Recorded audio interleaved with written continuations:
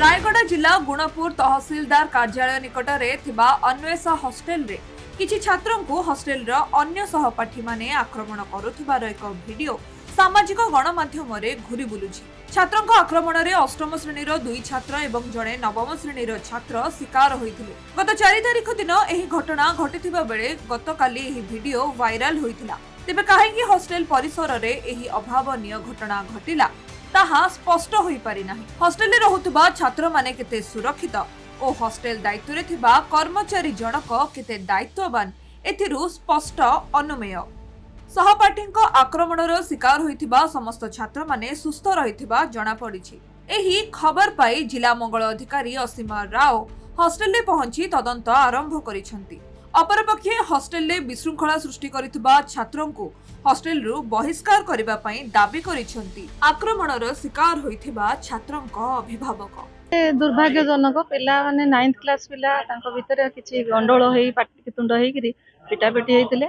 4 तारिख रातिर घटना 5 तारिख सकाळू हमर डब्ल्यू गुणपुर आसिके असिस्टेंट सुपरिटेंडेंट खबर पाई सारला परे तदंत करथिले एवं जो माने ठीक एफेक्टेड हेइतिले तांको पिला मानकु तांको पेरेंट्स मानकु डकई किरि समाधान करथिले एवं पेरेंट्स माने तांको निज पिलांकर दोष स्वीकार करी सेमानकु तागिद करथिले। ता परवर्ती मुहूर्त रे तांको हॉस्पिटल रे ट्रीटमेंट मध्ये हेइतिला। माइनर ट्रीटमेंट दरकार पड़थिला। ट्रीटमेंट हेइ सारला परे 5 तारिख दिन 6 तारिख दिन जतले डब्ल्यू गुणपुर मते रिपोर्ट करले सेतବେଳେ ମୁଁ କହିଲେ ଏटा ଖାଲି ଆମ ଭିତରେ ଆପଣ ରଖିଲେ ହବନି, ଏଟା वीडियो सार गुणपुर वीडियो को नॉलेज को नियंतु आ आपण तार विधिवत चिट्ठी करंतु। तेणु लेटर इश्यू हेची वीडियो गुणपुर 7 तारिख दिन देले।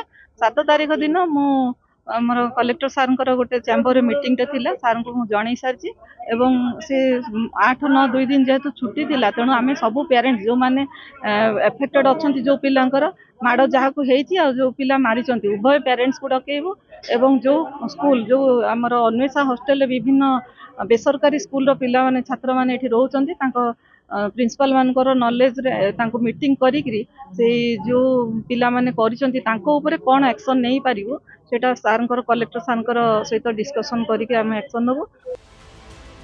रायगढ़ जिल्लारू विजय कुमार दास को रिपोर्ट खबर ओडिशा।